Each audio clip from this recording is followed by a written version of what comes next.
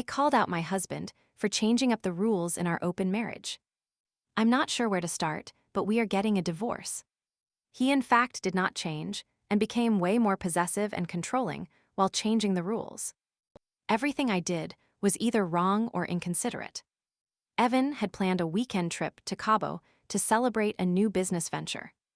I asked my husband if he was okay with it weeks in advance. He enthusiastically agreed, mentioning I deserved the trip. He even told me to make sure I flood his phone with pics. I told him I was going to stay with Evan the night before for easier commute. He insisted on taking me to the airport instead, since it was our last night until Tuesday.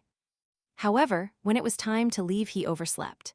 Despite urging him to get up to the point that I pulled the covers off and turned off the air, he spent an entire hour in the bathroom. Then, to make matters worse, he didn't fill the tank. I told him the evening before. I called an Uber, which was another hour late, but luckily, I got to enjoy my trip. I let it slide and moved on. Boy, oh boy, I wish I never went on that trip because things got worse. It's like I was being punished for the trip.